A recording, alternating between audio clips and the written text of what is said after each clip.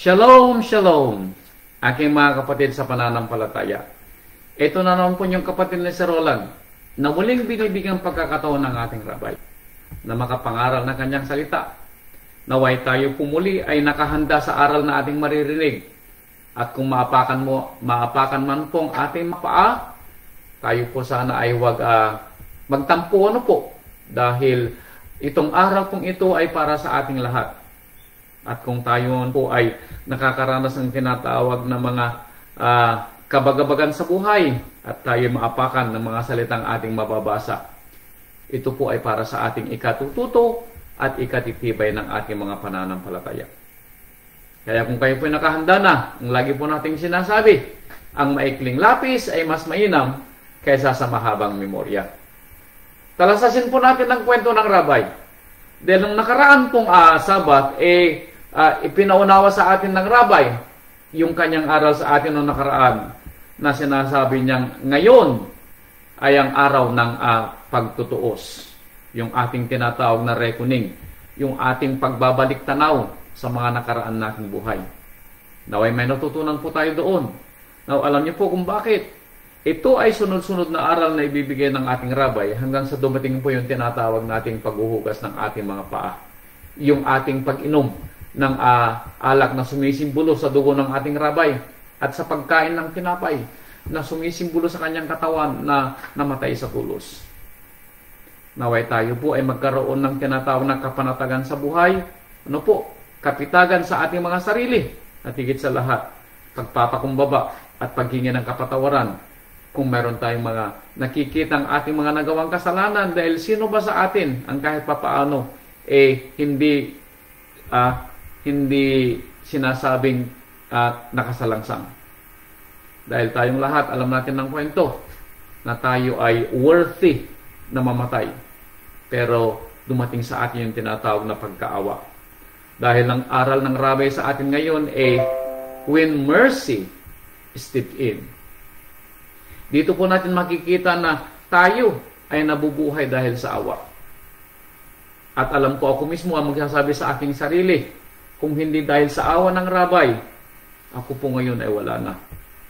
At siguro sa ating lahat na nakakaunawa sa salita ng Ama, at sa mga hindi pa nakakaunawa, doon sa mga susunod na mga kapatiran natin, o sino mang sa mga taong pipiliin ng rabay na makaparinig ng kanyang salita, sa mga susunod na araw sa YouTube, o kaya sa Messenger, o sa Facebook, baka ito po'y aral para sa inyo. Ano po?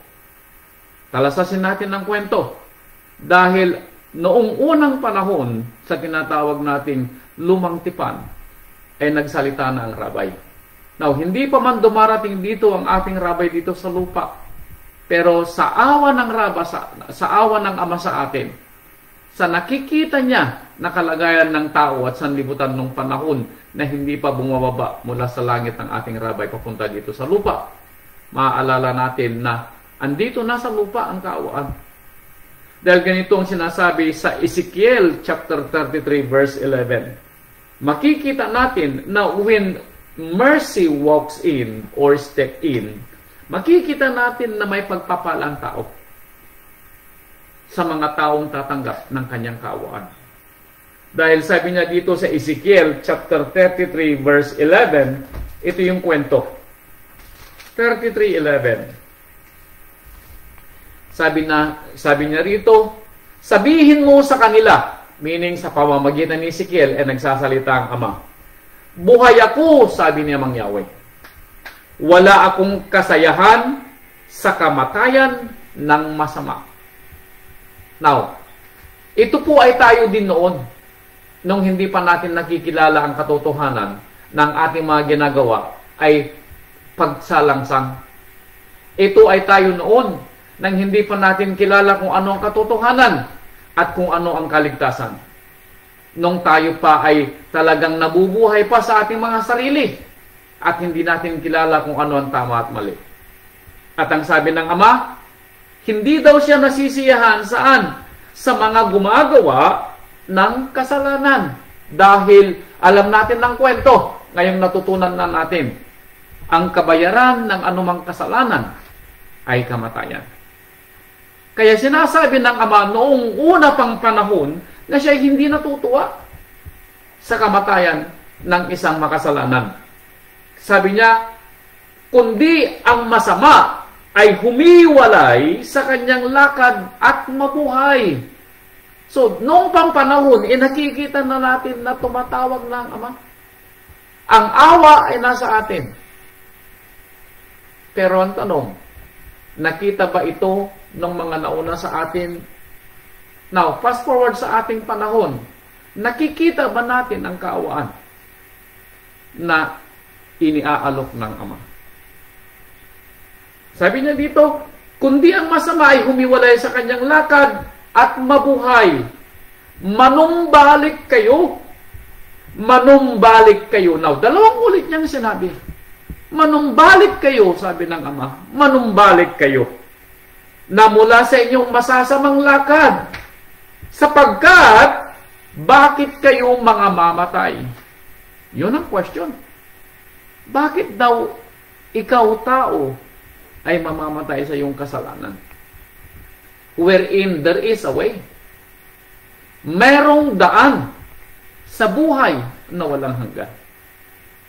At dito natin makikita na ang kaawaan ay narito sa lupa at ito ay dumating sa atin sa ating panahon. Dahil ang pag-asa ay hindi lang narito sa lupa ngayon sa ating panahon, narito na before, bago pa dumarating ang Rabay. Makikita natin kung gaano ang tinatawag nating pagpapahalaga ng ating Ama at nag-iisang Elohim sa atin na kanyang nilikha na kawangis niya. Narito ang isang patunay kung paano inaalala ng Ama ang kanyang mga lingkod. Ito ay isang pahayag dito sa aklat ng Isaias. Even before dumating ang Rabay na siyang nagdala sa atin ng kaawaan sa ating panahon. Sabi niya dito sa Isaias, para patunayan sa inyo na noon pa man, inaalala na ng Ama ang kanyang nilikhang tao. Dahil nakikita niya na ang tao ay patungo sa paggawa ng pagsalangsang at ito ay matutuloy sa kanyang kamatayan. Now, ang kamatayan sinasabi dito ay hindi yung kamatayan dito sa lupa na kamatayan ng ating mga katawang laman. Ang kamatayang sinasabi dito ay ang pangalawang kamatayan sa dagat-dagatang apoy. Yun ang kamatayang sinasabi dito. Now, talasasin natin ang pag-asa na ibinigay ng Ama na awa ay dumating bago pa man bumaba sa lupa ang ating Rabay. Sabi niya dito sa Isaiah chapter 42, verse 1, ito yung patutuo na alam ng Ama ang kanyang ginagawa even beforehand at alam ng Ama kung gaano ang kanyang pagmamahal sa kanyang nilikhang tao. Sabi niya dito sa verse 1, narito ang aking lingkod na aking inaalalayan, ang aking hinirang na kinalulugdan ng aking kaluluwa. Isinasa kanya ko ang aking banal na espiritu. Siya'y maglalapat ng kahatulan sa mga bansa. Now, ito yung pahayag sa pagdating ng ating Rabay. At ano ang kanyang gagawin? Ito, siya'y hindi hihiyaw o maglalakas man ng tinig o iparirinig man ang kanyang tinig sa langsangan. Ang gapok na tambo ay hindi niya babaliin, ni ang timsin na umusok ay hindi niya papatayin. Bakit? Siya'y maglalapat ng kahatulan sa katotohanan. Siya'y hindi man lulupaypay o maduduwag man, hanggang sa may tatag niya ang kahatulan sa lupa at ang mga pulo ay maghihintay sa kanyang kautusan. Ganito ang sabi ni Amang Yahweh, Elohim, ng langit at nagdadlad ng mga yaon. Siyang naglatag ng lupa at nang nagsisilitaw rito. Siyang nagbibigay ng hinga sa kanyang bayan at ng puso sa kanila na nagsisilakad. Ako si Amang Yahweh ay tumawag sa iyo sa katwiran at hahawak ng iyong kamay at mag-iingat sa iyo at ibibigay kita na pinakatipag sa bayan, na pinakaliwanag sa mga bansa. Nung sabi po niya, ako ay magiging pinakaliwanag sa mga bansa. Meaning, sa mga nadidimla ng daan at hindi alam ang patungo sa pagbabalik loob sa Ama, ang sabi ng ating rabay, ipapadala ko ang aking lingkod na siyang magiging ilaw ng sanlibutan. Iyon ang awa. Na kung hindi pa natin nakikita nang tayo ay hindi pa nakakilala ng katotohanan, hindi natin alam kung anong awa. Ang awa ay dumating sa atin. At ito ay nakita natin, napatunayan natin sa ating mga sarili kung gaano ang awa ng Ama sa atin. At ngayon ay ibinubuhay natin. Pero may pagkakataon na kung minsan nakakalimutan natin yung awa na dumating sa atin. Parang binibigyan natin na ito ay ating tinatawag na blank check. Dahil alam natin ng Ama ay maawain. At sa ating pang-araw-araw na buhay, mga kapatid ko, nakakalimutan natin kung minsan na kung hindi dahil sa awa na nanghimasok sa atin, wala tayo sa ating kinaroroonan ngayon. Wala tayo sa ating buhay ngayon. Dahil maaalala natin ang kwento kung saan tayo pinulot ng Ama dahil sa kanyang awa. At for whatever reason, ipinaalala po ng Ama sa atin na balikan natin ng kwento dito sa aklat ng Lucas kung ano yung kahalintulad natin nung panahon na tayo po ay hinangon ng Ama sa anumang kalagayan natin o antas natin sa buhay. Yung panahon na tayo po ay hindi natin alam kung saan tayo tutungo. Nung panahon na hindi natin kilala ang Ama. Nung panahon na hindi natin alam kung tayo ay pag-asa sa buhay na walang hanggan. Nung panahon na hindi natin nakikilala ang awa. Balikan natin ang kwento ng ating buhay. Dito sa kwento ng aklat ni Lucas. Ito yung kwento ano po. Sabi ko nga sa inyo, for whatever reason, ano po, dahil ang aral na binigay niya sa atin ngayon ay ibinigay lang niya kanina. Ano po? Akala ko ako ay maghahanap ng kwento. Pero out of nowhere, bumalandra sa harapan ko itong aklat ng Lucas. Lucas chapter 15. At sa mga nagbasa na ng Biblia, ay maalala nyo ang kwento kung ano ang chapter 15 ng Lucas. Tama po kayo. Ito yung kwento ng nawawalang alibughang anak. Ano po? Now, balikan natin ang kwento. At gusto ng rabay na balikan din natin ang kwento ng ating buhay. Kung paano tayo lumayo sa Ama. Kinalimutan natin siya dahil sa mga bagabag natin sa buhay. Kinalimutan natin siya dahil tayo ay nawili sa sanlibutan. Kinalimutan natin siya dahil tayo ay nawili sa ating mga pangarap na makamaterial na bagay. Nakalimutan natin ang Ama dahil tayo ay nawili sa ating mga pamilya. Nakalimutan natin, na tayo may obligasyon sa Ama. Naubos ang ating panahon sa ating mga mahal sa buhay, sa ating mga trabaho. Nakalimutan natin ang kwento na mayroong Ama na naghihintay sa atin dahil sa kanyang awa. Ito po yung kwento ng aklat ni Lucas. Ano po? Ito ay kwento ng bawat isa. Huwag niyong sabihin na ito hindi niyo kwento. Ito po ay kwento natin lahat. Dahil one way or the other, kung hindi sa awa ng Ama, wala po tayo sa ating panahon. Ano po? Dahil alam natin ang kwento. Ang kabayaran ng bawat kasalanan ay kamatayan.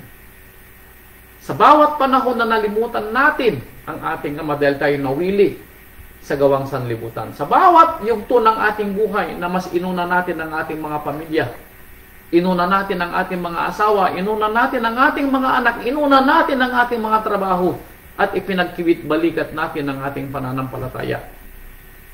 Ipinagkibit-balikat natin yung awa na tumunghay sa atin sa panahon na kinailangan natin ng awa. Sabi niya dito sa aklat ng Lucas chapter 15 verse 11. Kwento natin ito, balikan lang natin para maalala natin kung nasaan tayo nung panahon na iyon at sa ating panahon ngayon. At sinabi niya, meaning ang rabbi, may isang tao na may 2 anak na lalaki. At sinabi sa kanyang ama ng bunso, Ama, ibigay mo sa akin ang bahagi ng iyong kayamanang nauukol sa akin. At binahagi niya sa kanila ang kanyang pagkabuhay. At hindi nakaraan ng maraming araw, ay tinipong lahat ng anak na bunso ang ganang kanya. At naglakbay sa isang malayong lupain, at dooy inaksaya ang kanyang kabuhayan sa palunging pamumuhay. Now, hindi ba tayo yun? Noong panahon na iniwanan din natin ang ama, at sinabi natin sa ating ama, diyan ka muna, ama ko, at ako'y magiging busy sa ibinigay mo sa aking pagpapala. Now, alam natin ang kwento. Ang pagpapala ng anak dito ay mula sa kanyang ama. Ganon din tayo. Sinabi pa natin sa ating ama, diyan ka muna, ama ko, dahil magiging busy ako sa pagpapalang ibinigay mo sa akin. Kaya baka hindi kita maalala. Kaya habang ako'y nasa malayo, uubusin ko muna yung aking pagpapala. Gagamitin ko ang aking panahon para lumago ang aking buhay. Gagamitin ko ang aking panahon para mapasaya ko ang aking asawa. Para mapasaya ko ang aking mga anak. Mapasaya ko ang aking mga kaibigan. Umasenso ako sa aking trabaho. Baka sakaling ako ay maging manager balang araw. Baka sakaling ako ay makapagpatayo ng mansyon balang araw. Baka sakaling ako ay makabili ng aking mga sakyan, ng aking mga ari-arian balang araw. Diyan ka muna, ama ko. Now, di ba ganito rin tayo nung panahon? Baka hindi lang nung panahon. Baka ginagawa pa rin natin to sa ating panahon. Abay, kapatid ko, alalahanin mo yung awa. Na kung hindi sa awa na yaon, wala ka sanang nilulustay. At,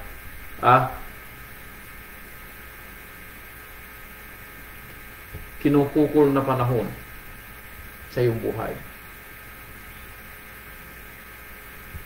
At hindi nakaraan ng maraming araw, ay tinipong lahat ng anak na bunso ang ganang kanya at naglakbay sa isang malayong lupain at doon inaksaya ang kanyang kabuhayan sa palunging pamumuhay.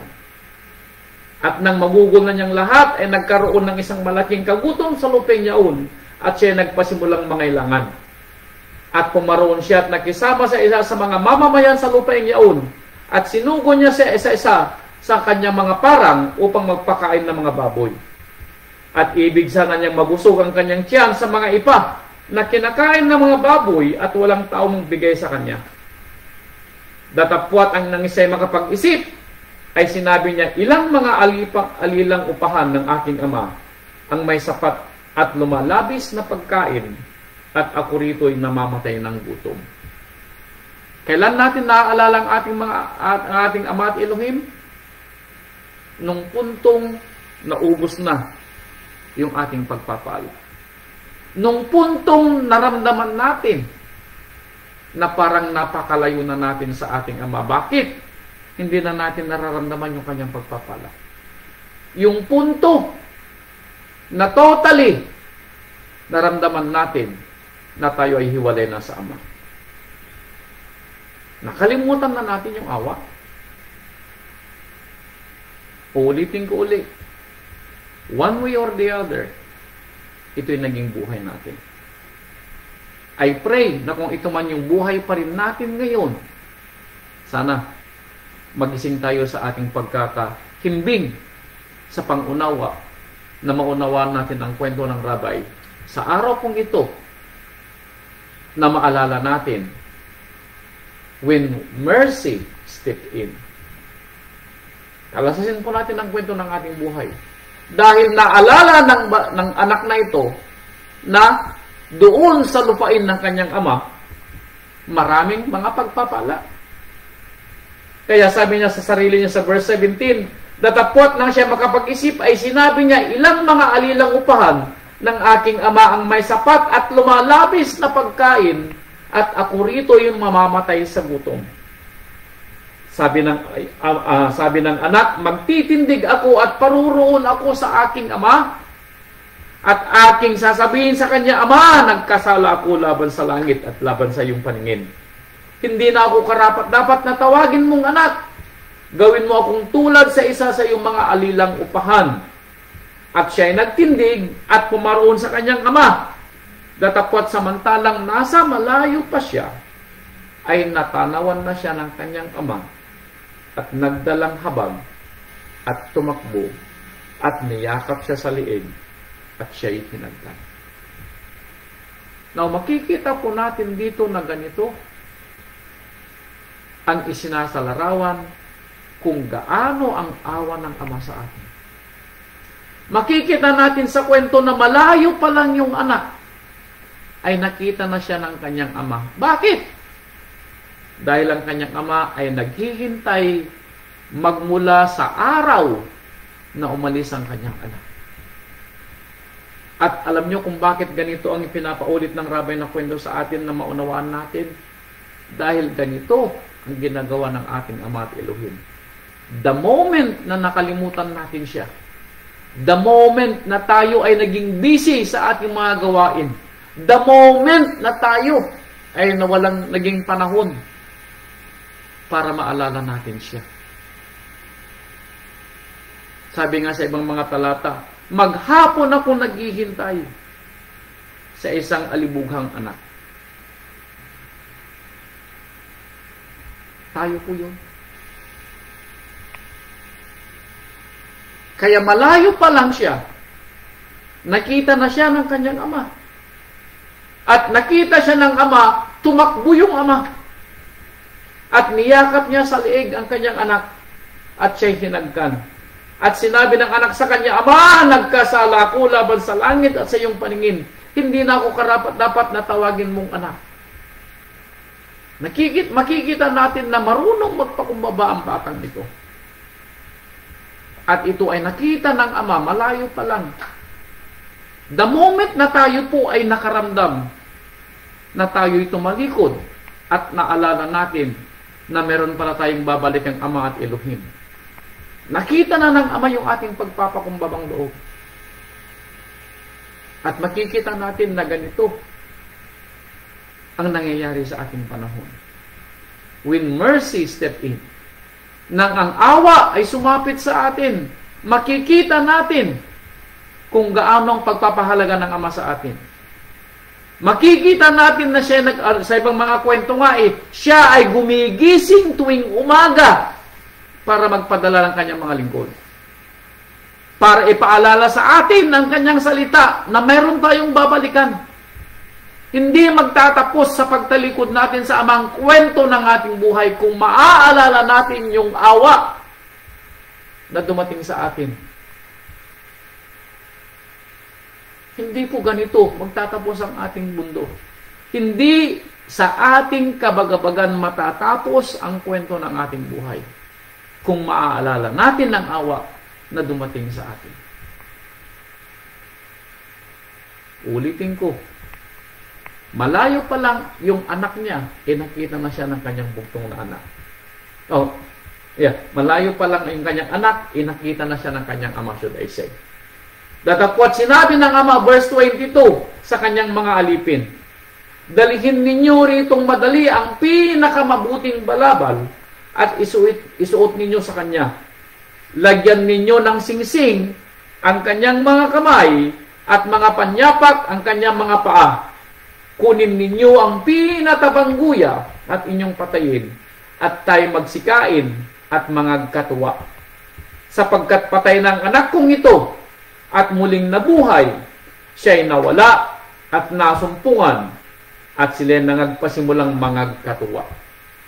Sa ibang mga talata ng Biblia, masasabi natin na may nasusulat, ang kasayahan sa kalangitan ay hindi matatawaran kapag ang isang kaluluwa ay nagbalik loob sa piling ng Ama. When mercy step in, maaalala natin yung kwento ng ating buhay. Anumang pagpapagal ang ginagawa natin ngayon, maalala sana natin ang kwento na naghihintay ang Ama.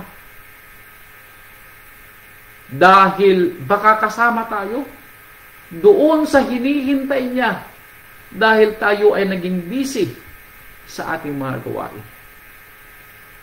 Wala tayong naging panahon. Bakit? Ulitin ko ulit. Naging busy tayo sa ating buhay. Busy tayo sa ating mga trabaho.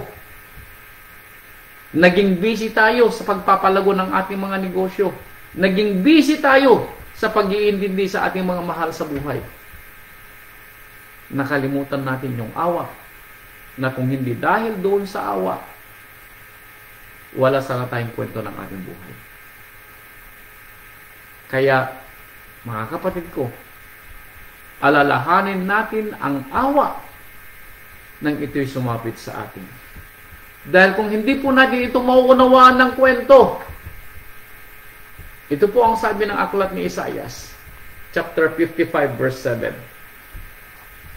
Kung hindi natin mauunawaan ang kwento kung kailan dumating ang awa sa atin, ang sabi ni Isaias dito sa Isaias chapter 55, verse 7. Isaiah 55, verse 7.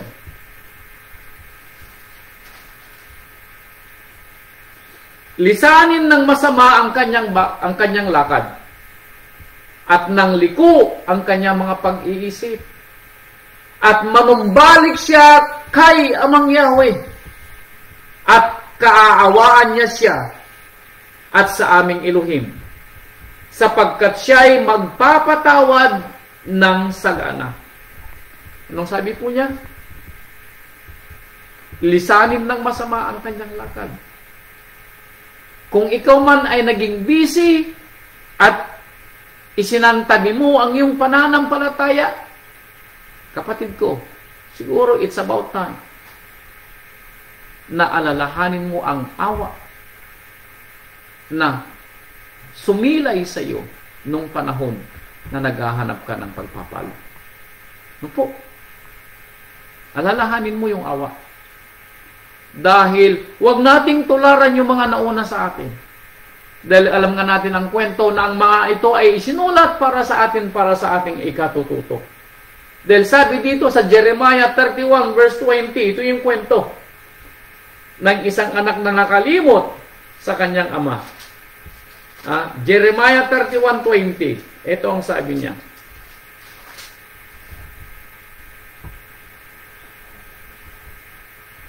Ang Ephraim bagay aking minamahal na anak, siya bagay iniibig na anak, sapagkat kung gaano kadalas nagsasalita ako laban sa kanya, ay gayon ko inaalala siya ng di kawasa, kaya't nananabik ang aking puso sa kanya. Ako'y tunay na maaawa sa kanya, sabi ni Amang Yahweh. Now, ang kahalintulad natin na ang kanyang anak na si Israel sa katauhan ni Ephraim. Makikita natin na tinatanong niya na minahal ba niya si Ephraim? Yes. Kinaawaan ba niya si Ephraim? Yes. At sinasabi dito, habang siya'y aking, ano sabi niya? Nagsasalita ako laban sa kanya habang siya'y aking pinarurusahan dahil sa kanyang pagkukulang at pagtalikod. Sabi niya, ako naman ay nananabik sa kanya. So makikita natin yung awa ng Ama sa atin. Bagamat kung minsan ipinaparating niya sa atin yung mga kontra laban sa atin, yung mga pagsubok para sa atin, yung mga bagabag para sa atin. Kung gaano kadalas ang bagabag na pinapadala niya sa atin, ganun din yung kanyang kagustuhan na tayo po ay bumalik sa kanya. Yung makita niya na tayo ay tumakbong papalapit sa Kanya dahil maaalala natin yung awa nang dumating sa atin. Tayo ay inahalon tulad niya sa Kanyang bayang Israel na Kanyang bagamat ito'y Kanyang sinasalitaan ng laban sa Kanya. Nag-iisip naman siya ng kabutihan sa Kanya the moment na siya magbabalik loob. Ganon din po tayo. Dahil alam natin ang kwento kanina sa Isaias, ito ang dahilan kung bakit ipinadala ang Kanyang bugtong na anak para sa atin. At ito yung awa na makikita natin na dahil sa awa niya sa atin, namatay sa tulos ang Kanyang bugtong na anak. At nasusulat na ang sino mang manampalataya doon sa Kanyang bugtong na anak na namatay sa tulos ay hindi mamamatay kahit kailan. Bagkus siya magkakaroon ng buhay na walang hanggan. Ito yung awa na ipinapaalala ng rabay sa atin kung bakit namatay siya sa tulos. Dahil sa awa ng Ama sa atin. Kaya kung tayo man po ay medyo nalalayo ang loob sa ating Ama at tayo naging busy sa ating mga gawain, siguro panahon na po para balikan natin ang kwento ng ating buhay when mercy step in. Ano po? Isaiah chapter 9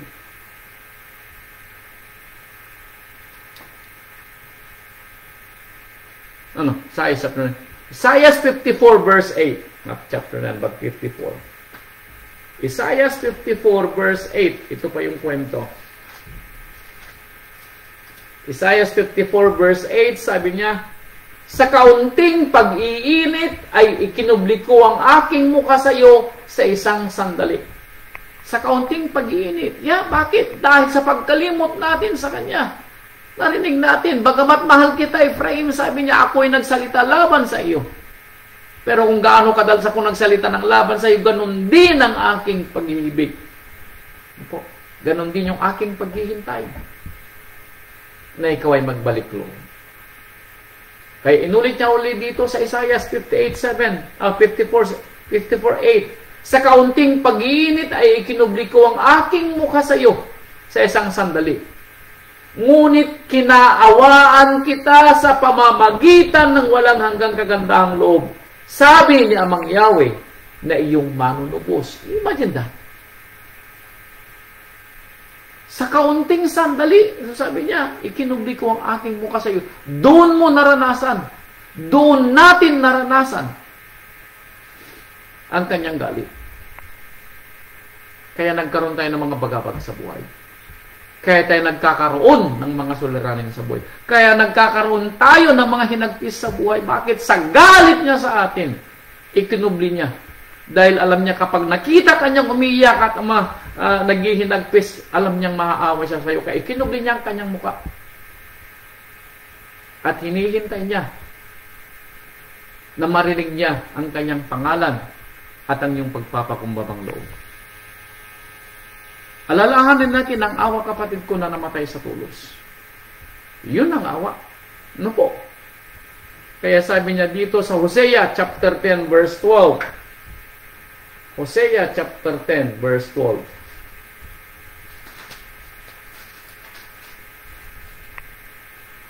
Mangaghasik kayo sa inyong sarili sa katwiran. Magsigapas kayo ayon sa kaawaan. Bungkalin ninyo ang inyong pinabayaang bukiran.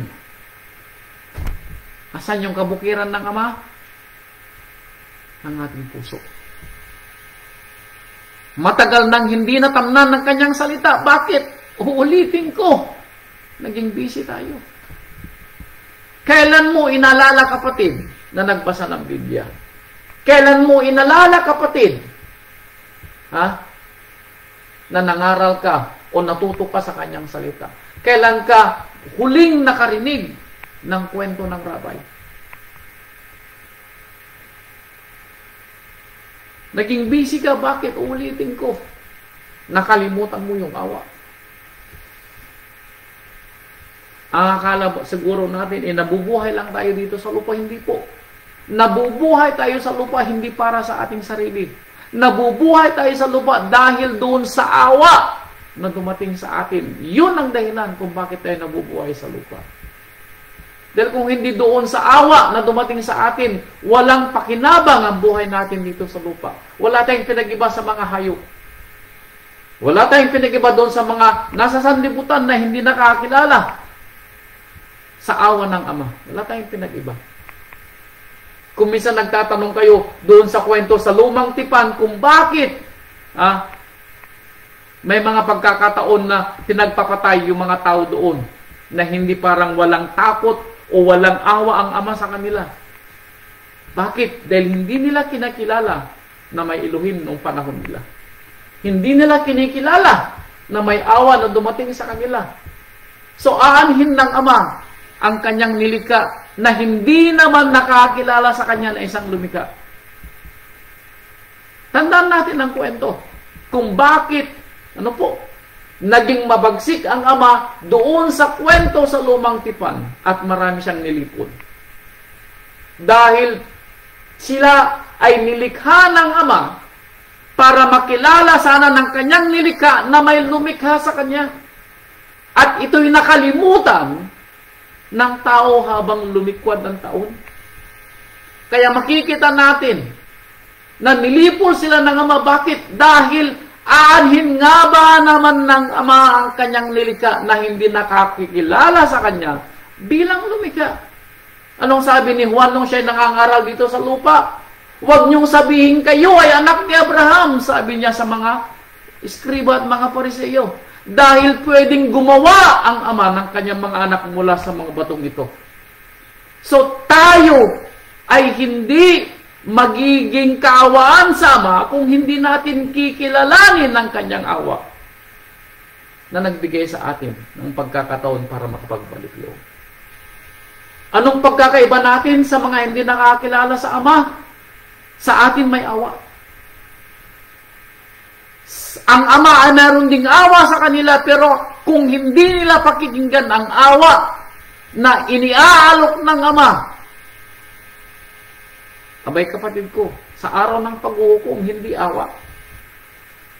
Galit ang nasusulat sa Biblia. Kaya habang naririnig natin ang kwento ng Rabay, alalahanin natin ang kwento ng kanyang awa. Ano po? Alalahanin natin ang kwento ng kanyang awa. Kaya sabi niya, bungkalin ninyo ang inyong pinabayaang bukiran sapagkat panahon na hanapin si Amang Yahweh hanggang sa siya'y dumating at magdala ng katwiran sa inyo. Panahon na. Yes, it is true. Totoo at katotohanan ng panahon na hanapin natin ang Ama. Huwag nating hintayin ang paghuhukom na umaunang dumating bago natin hanapin ang Ama because it will be too late. Alalahanin natin ang awa ng dumating sa atin. Opo. Micah chapter 7 verse 18. Micah 7:18. Ito pa ang dagdag ni Propeta Micah.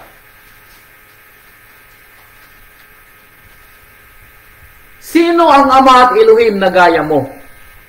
Ang pagsalangsang ng nalabi o sino ang Ama na gaya mo na nagpatawad ng kasamaan at pinalalagpas ang pagsalangsang ng nalabi sa kanyang mana? Hindi niya pinipigil ang kanyang galit ng magpakailanman sapagkat siya nalulugod sa kagandahang loob. Sino ang katulad mo, Amang Yahweh? Wala. Wala kang katulad, Amang Yahweh. Wala kang katulad dahil ikaw ang nagbibigay sa amin ng buhay, ikaw din ang nagbibigay sa amin ng awa para kami makapagbalik loob. Wala kang katulad, Amang Yahweh. Kaya hindi natin pwedeng sisihin si Amang Yahweh kung dumating ang araw na hindi awa ang dumating sa atin kundi galit. Bakit? Hanggang ngayon ay may awa. Pero wag nating hintayin na ang awa ay maging galit at the end of the day. Ano po? Wag nating hintayin. Now, tignan natin ang kwento dito sa aklat ng Mateo. May binigay ang Rabay na kwento kung paano ang awa ay pinahalagahan ng mga humingi ng awa. Mateo 15,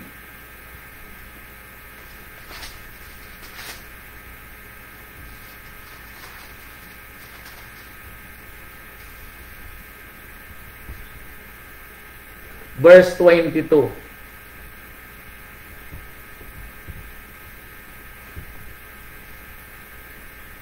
At narito ang isang babaeng Kananeya na lumabas sa mga hangganan niyaon at nagsisisigaw na nagsasabi, "Kahabagan mo ako, O Rabay!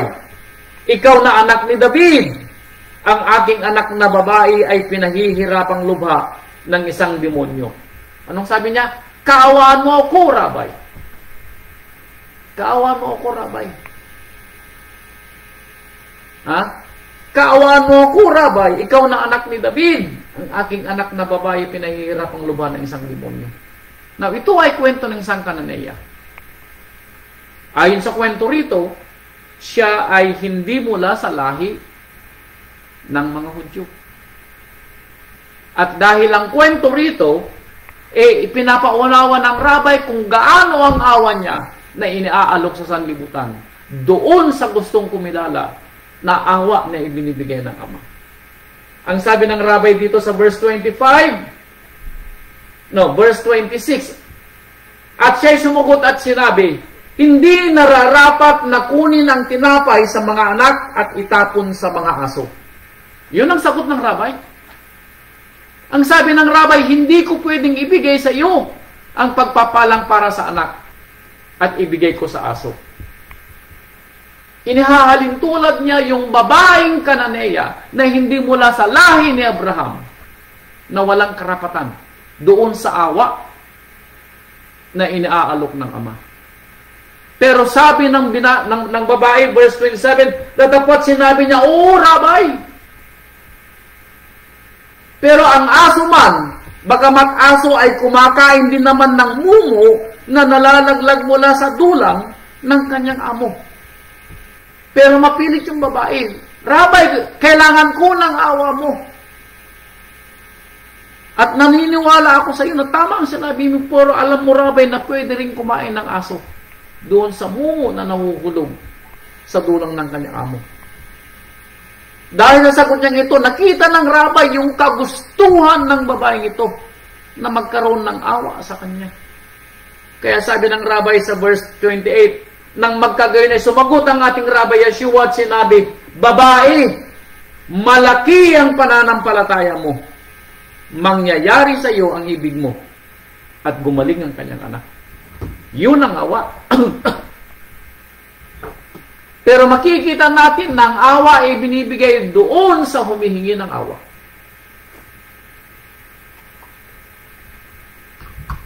Sa mga may pananampalataya ay may awa. Sa mga nagbabalik loob ay may awa. Sa mga nananampalataya ay may awa. Sa mga nagtitiwala ay may awa. Ang awa ay ibinibigay ng walang bayad at inaalok doon sa humihingi ng awa. So makikita natin na tayo ay binibigyan pagkakataon ng Rabay na balikan natin ang kwento ng ating buhay kung kailan ang awa ay dumating sa atin. At ang awa na dumating sa atin noon ay ang awa na kakailanganin din natin sa ating panahon dahil nakalimutan kaya natin na tayo ay naging busy at nakalimutan natin ang ating Ama at Elohim. Sumunod na kwento. Mateo chapter 20, verse 33.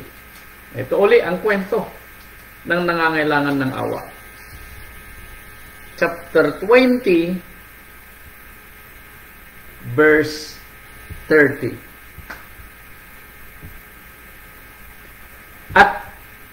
At narito ang dalawang lalaking bulag na nakaupo sa tabi ng daan. Pagkarinig nilang nagdaraan si Yeshua ay nangagsisigaw na nagsasabi, "Rabay, maawa ka sa amin, ikaw na anak ni David." Nung sabi nila, Rabay, maawa ka sa amin. Mahabag ka sa amin. Ikaw na anak ni David. So makikita natin na kinikilala ng mga dalawang bulag na ito, ang awa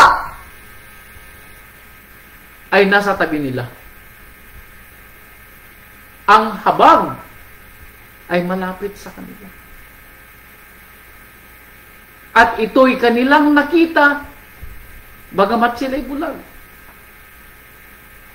Bakit? Narinig nila na nasa tabi ang awa. Kaya sumigaw sila, Rabay, maawa ka sa amin.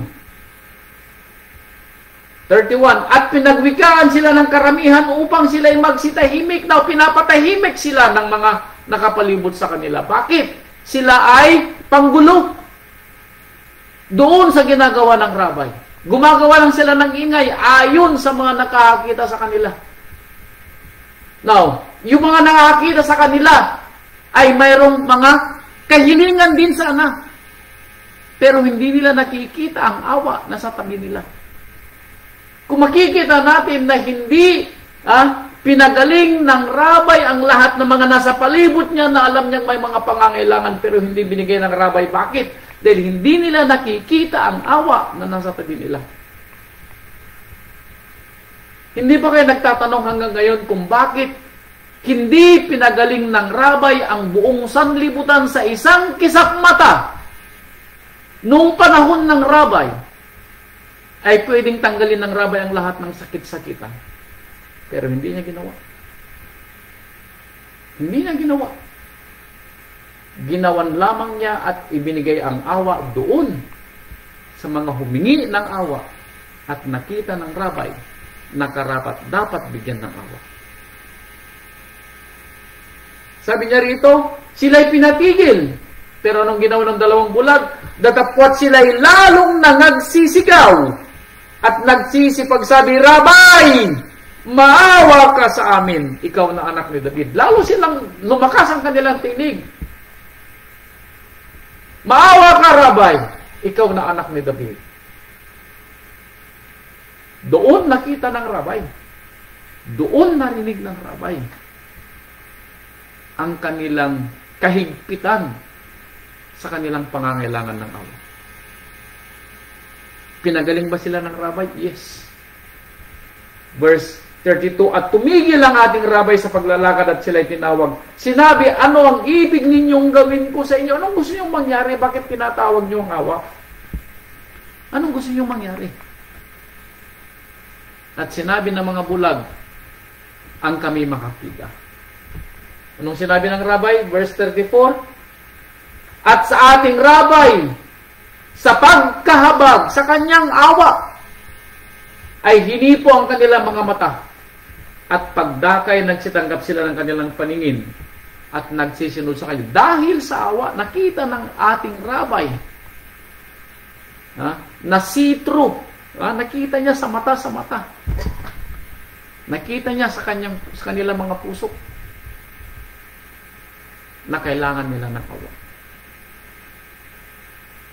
Mga kapatid ko, sa tinagal-tagal na nating nananampalataya, nakikita ba natin ang awa nang dumating sa atin noong una tayong manampalataya at yung awa na yun ay parehong awa na ibinibigay ng ating Ama sa mga nangangailangan ng awa.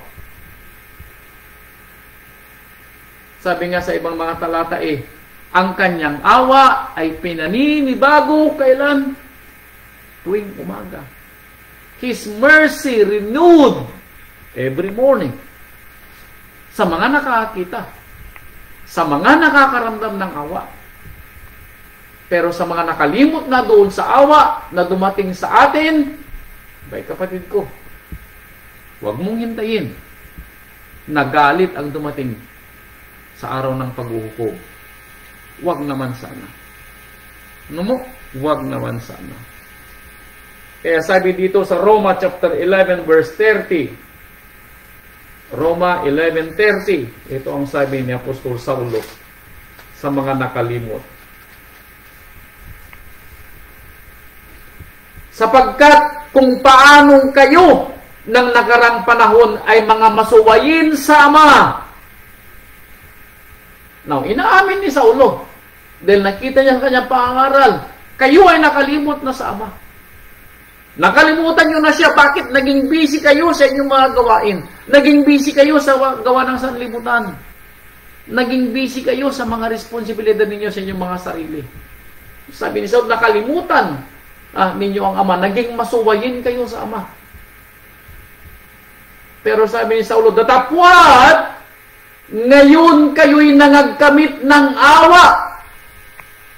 Ngayon ay nangagkamit kayo ng awa. Now, sabi niya, nagkakamit kayo ng awa. Now, palalampasin ba natin ang awa na iniaalok sa atin? Father, forbid. Huwag, kapatid ko. Dahil baka hindi mo na marinig ang kwento na ito sa mga susunod na araw. Now, kung mapapansin natin, inihahanda tayo ng ating rabay sa darating niyang awa na ibibigay sa atin sa kanyang pista ng Pasko. Huwag nating palagbasin yung pagkakataon, kapatid ko. Ano po? Huwag nating palagpasin. Dito sa unang Timoteo, puntahan natin kung paano inamin ni Saulo na siya ay nangailangan ng awa. Unang Timoteo chapter 1, verse 12 and 13. Nagpapasalamat ako sa kanya, meaning sa rabay, na nagpapalakas sa akin kay Mesias Yeshua na manunubos natin sapagkat ako'y inari niyang tapat na ako'y inilagay sa paglilingkod sa kanya. Ako'y tinanggap ng rabay. Nakita ng rabay na kailangan ko ang awa. Bakit? Bagamat nang una ako'y naging mamumusong, manguusig at mga alipusta. Gayon may kinahabagan ako sapagkat yao'y ginawa ko sa di ko pagkaalam sa kawalan ng pananampalataya. Dahil hindi ko alam kung anong aking ginagawa. No, hindi ko alam ang aking ginagawa, sabi ni Saulo. Bagamat ako'y pariseyo sa mga pariseyo. Alam ko ang kautusan, pero wala akong pangunawa. Yun ang sinasabi ni Saulo. Wala akong alam sa pananampalataya. Bakit? Dahil ang alam ni Saulo, kung ano yung kautusan, pero walang pananampalataya. Hindi siya nananampalataya na dumating ang awa dito sa lupa sa pamamagitan ng bugtong na anak. Ngayon alam na niya. Kaya sinasabi sa Saulo, ako'y natutuwa at kinahabagan ako ng ating rabay. Kapatid ko, talasasin mo ang kwento. Huwag mong hintayin na makalimutan mo yung awa na ibinibigay sa atin.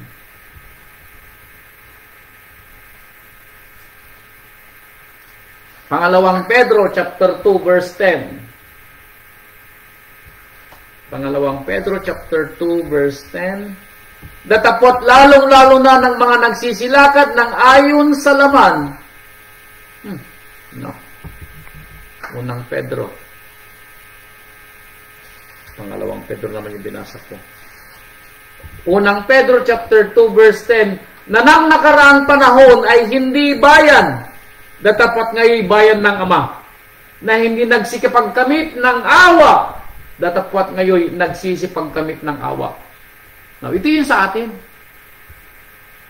Ito yung sinasabi ni Pedro na bagamat tayo ay hindi tinawag na bayan nung una dahil tayo mga hintil. Dahil ayon doon sa pangako, ang tinatawag na bayan ng Ama nung una ay ang mga anak ni Abraham. Hindi tayo kasama sa anak ni Abraham sa dugo.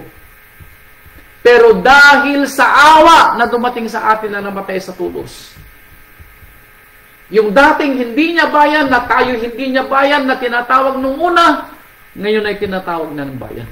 Bakit? Dahil nanampalataya tayo doon sa awa na namatay sa tulos. Yun ang ating pagkakataon na makapagbalik loob sa Ama at tayo tawaging bayan niya. Dahil sa awa na ating sinampalatayanan at ibinubuhay hanggang ngayon. Kaya nga, ang kwento kanina, kung wala sa awa na dumating sa atin, wala tayo sa kwento. Pero salamat sa awa Salamat sa awa. Aklat ng mga Gawa, chapter 17, verse 30. Ito pa. 17:30. Ang mga panahon ng kahangalan ay pinalipas na nga ng Ama. Now, ang panahon daw ng ating kahangalan ay pinalipas na. Ibig sabihin, wala tayong excuse. Bakit? May nangangaral. Huwag mong sabihin, hindi mo narinig. Wala ka naging panahon, yun ang excuse mo. Pero hindi mo pwedeng excuse na walang nangaral. Hindi mo pwedeng excuse na wala kang nabasa. Bakit? Maraming mababasang Biblia. Wala ka lang naging panahon, pero wala kang excuse na sasabihin mo walang mababasang Biblia. Wala kang naging panahon.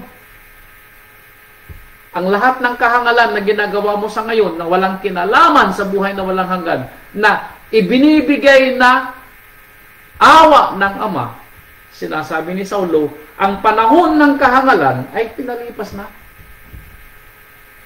Datapwat ngayon ay pinag-uutos niya tayo na mga tao na magsisi silang lahat sa lahat ng dako. That is awa. Huwag nating hintayin na dumating ang galit. Ang awa ay nasa lupa for now. For now. Ay narito sa lupa ang awa. Huwag nating hintayin na matapos ang awa at mapalitan ng galit. Huwag naman sana. Ano po? Huwag naman sana. Efeso chapter 4 verse 18. Ito pang dagdag. Efeso 4:18, sabi niya, na sa kadiliman ng kanilang pag-iisip ay nangahiwalay sa buhay na Ama dahil sa kahangalang nasa kanila, dahil sa pagmamatigas ng kanilang puso. Because of their ignorance. Dahil sa kahangalan ng ating mga puso. Kaya tayo nangahiwalay sa Ama. Pero ngayon, ipinapaunawa ng Ama sa iyo para wala kang excuse tao. Hindi mo pwedeng sabihin, ano po, yung sinasabi natin kanina, na wala kang narinig na kwento. May narinig kang kwento. Ano po? Ipinagkibit, balikat mo lang. May narinig kang kwento. Hindi mo lang pinahalagahan. Po, narinig mo yung kwento, pero hindi mo lang pinahalagahan. Bakit? Naging busy ka sa ibang mga bagay. Kaya hindi mo narinig yung kwento. Umalingaw-ngaw sa tainga mo, pero hindi mo naunawaan. Kaya hindi mo narinig yung kwento. Ano po? Pangalawang Timoteo chapter 2 verse 24 and 25.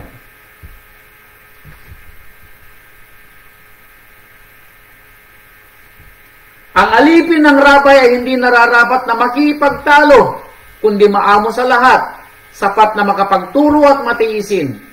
Nasawaying may kaamuan ang mga nagsisilangsang, baka sakaling sila pagkalooban ng Ama ng pagsisisi sa ikaalam ng katotohanan. Ito yung ating responsibilidad na ibinigay ng rabay para ang tao ay walang pwedeng maidahilan na hindi niya narinig ang kwento. Ito ang ating responsibilidad na ipangaral ang kanyang aral. Ipangaral ang kanyang kwento para marinig ng mga tao at balikan nila yung awa na dumating sa kanila. At ito'y para sa iyo, kapatid. Para sa ating lahat na nakikinig, na alalahanin natin ang awa na dumating sa atin. Ito yung inaalok sa atin na kung tayo man ay nakalimot dahil sa ating pagkabisi sa mga bagay ng ating buhay. Kung naririnig pa natin ang kwento ng rabay, hindi pa huli ang lahat. Meron pang pagkakataon para alalahanin natin ang kwento na pwede nating balikan ang awa na dumating sa atin. At sila'y makawala sa silo ng dyablo na bumihag sa kanila ayon sa kanyang kalooban para tayo makawala daw. Doon sa may hawak sa atin na nagiging dahilan para talikuran natin ang Ama. Doon sa humahawak sa atin para kalimutan natin ang kwento ng awa na dumating sa atin.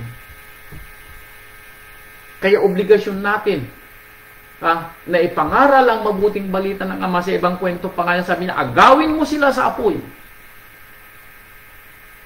Ito ang kwento kung bakit ipinapaalala natin na balikan natin ang kwento ng awa nang dumating sa atin. No po?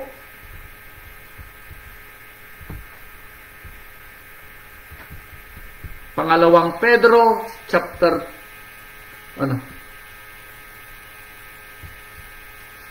chapter 2 verse Pangalawang Pedro chapter 3 verse 9. Pangalawang Pedro chapter 3 verse 9. Ito pa yung kwento.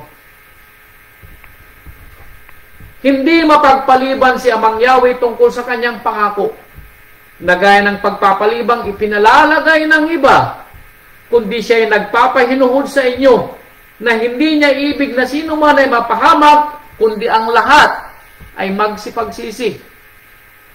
Kaya sabi ko nga sa inyo kanina, ang awa ay narito sa lupa. Huwag nating hintayin na ang awa ay mapalitan ng galit. Kaya habang naririnig mo ang kwentong ito, kapatid ko, there is still time. Huwag mong papagmatigasin ang iyong puso pag naririnig mo ang kwento ng rabay. Balikan mo ang awa nang dumating sa iyo. At yung awa na darating sa iyo sa natitira pang bahagi ng buhay mo. Kung ikaw ay nakakalimot, balikan mo, kapatid, yung awa na tumanggap sa iyo noon at nag-alok sa iyo ng buhay na walang hanggan. Yung awa din na yun ang siyang magbabalik loob sa iyo para balikan mo ang kwento ng ating rabay na namatay sa tulos. Dahil kung hindi, ito ang sabi niya, Ezekiel chapter 18 verse 30. Itong sinabi niya doon sa lumang tipan, and still rings today. Ezekiel 18 verse 30. Ito ang kwento.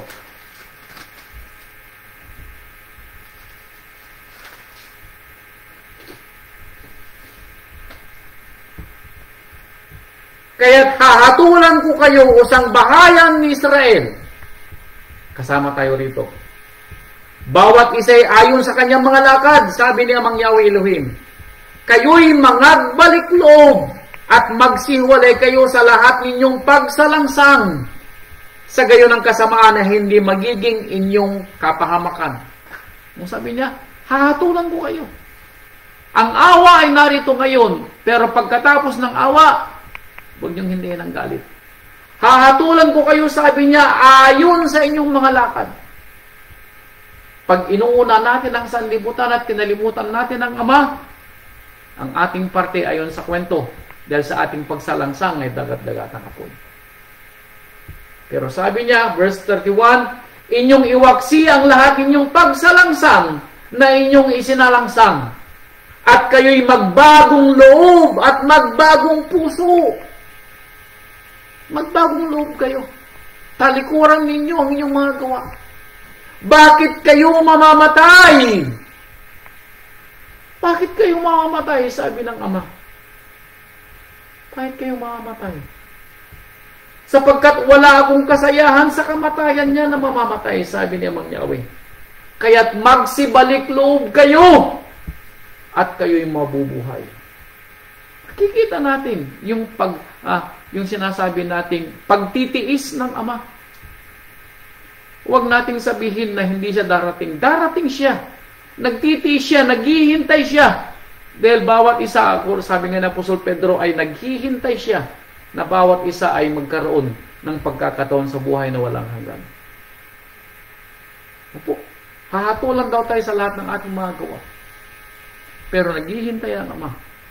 Yung awa ay tumutuktok sa atin. Tumutuktok ang awa sa atin. The mercy is knocking in our doorstep. Pagbuksan natin, mga kapatid ko, bago mahuli ang lahat. No po? Proverbio chapter 1 verse 23. Proverbio 1:23, sabi niya, magsibalik kayo sa aking saway narito, aking ibubuhos ang aking espiritu sa inyo. Magsibalik kayo, sabi niya Yahweh. Bakit? Verse 24, sapagkat ako'y tumawag at kayo'y tumanggi. Aking iniunat ang aking kamay at walang makinig. Abay kapatid ko, ito yung sinasabi natin. Warning comes before the destruction. Ang awa ay dumarating sa atin at tumutuktok sa atin. Huwag nating hintayin na galit ang sumunod. Dahil sinasabi niya rito, sapagkat ako'y tumawag at kayo'y tumanggi. Sa mga nakakalimot sa Ama, ito ang tawag niya sa atin. Tumutuktok ang awa sa ating mga puso. Pero tayo tumatanggi. Parang sinasabi natin, mas gusto natin ang gawa ng sanlibutan. Mas gusto natin ang ating mga pangarap sa buhay. Mas gusto natin na mapasaya ang ating mga anak, bagamat nakakalimutan natin ang kwento na dapat unahin ang kwento ng ating rabay at ang pagtupad sa kautusan ng ating Ama. Nakakalimutan natin yung kwento. Bakit nawili tayo sa sanlibutan na iniisip natin na ang ating parte lamang sa buhay na ito ay ang mga nakikita natin sa sanlibutan, ang mga gawa ng ating mga kamay, ang makitang masaya ang ating mga asawa at mga anak, ang makapagpatayo tayo ng ating mga tahanan, at maramdaman natin yung tinatawag na kasaganaan ng sanlibutan. This is this life. Kaya kung ito lang ang pangarap mo, kapatid ko, well and good, gawin mo. Dahil ito lang palang pangarap mo. Pero ako at ang aking sambahayan, hindi dito magtatapos ang kwento ng aming buhay. Meron pang kwento after this. At yun ang dahilan kung bakit may awa na dumarating sa atin. Yun ang dahilan kung bakit ang awa ay dumating sa atin. That's when mercy is stepped in. Dahil may pangarap tayo na hindi lang sa buhay na ito. Ang buhay na walang hanggan at ang kaharian ng Ama na titirahan natin balang araw. Pero kung hindi itong pangarap mo, kapatid ko, ito ang sabi ng ating Ama, sapagkat ako'y tumawag at kayo'y tumanggi. Aking inuunat ang aking kamay at walang makinig, kundi inyong inuwi sa wala ang buo kong payo. At hindi nyo inibig ang aking saway. Ako naman ay tatawa sa kaarawan ng inyong kasakunaan. Ako'y manunuya pagka ang inyong takot ay dumarating. Sabi ko sa inyo, after mercy, wrath comes next. Warning comes before destruction. Hindi maghihintay ang Ama forever sa paghihintay sa atin. May katapusan ang kanyang paghihintay. Yun ang sinasabi niya. May katapusan ang kanyang paghihintay. At pagkatapos ng awa, there is no more mercy. Ngayon ang awa. Pero pagkatapos nito, wala ng awa. Galit dahil tayo ay ibibigay at itatapon sa dagat-dagatang apoy kung hindi tayo magbabalik loob nung panahon na tayo tinatawag niya. At ang panahon na yun is this time. Balikan natin ang awa. Ihanda natin ang ating sarili sa darating na kanyang pista. Balikan natin ang awa ng dumating sa atin. Pagka ang inyong takot ay dumarating na parang bagyo, at ang inyong kasakunaan ay dumarating na parang ipo-ipo, pagka ang hirap at hapis ay dumarating sa inyo, at kayo magsisitawag sa akin, ngunit hindi ako sasagot. Hahanapin nila akong masikap, ngunit hindi nila ako masusumpungan, sapagkat kanilang ipinagtanim ang kaalaman at hindi pinili ang takot kay Amang Yahweh. Ayaw sila ng aking payo, kanilang hinamak ang buo kong pagsaway, kaya't sila magsisikain ng bunga ng kanilang sariling lakad at mabubusog ng kanilang sariling kagagawan. Ito ang naghihintay, nagalit sa mga ayaw magbalik loob at balikan ang awa na dumating sa atin nung tayo nanampalatayang una. Mga kapatid ko, huling salita natin dito sa Isaiah 55 verse 6 and 7. Ang lagi nga nating sinasabi, kung hindi tayo maipagbabalik loob ng ating Ama sa pamamagitan ng kanyang salita, walang makapagbabalik loob sa atin. Kung hindi itatama ng Ama ang ating mga gawa sa pamamagitan ng kanyang salita, walang makapagtatama sa atin. Isaiah 55 verse 6 and 7. Inyong hanapin si Amang Yahweh samantalang siya'y masusumpungan. Oh, this is true. Hanggat pwede pa siyang puntahan.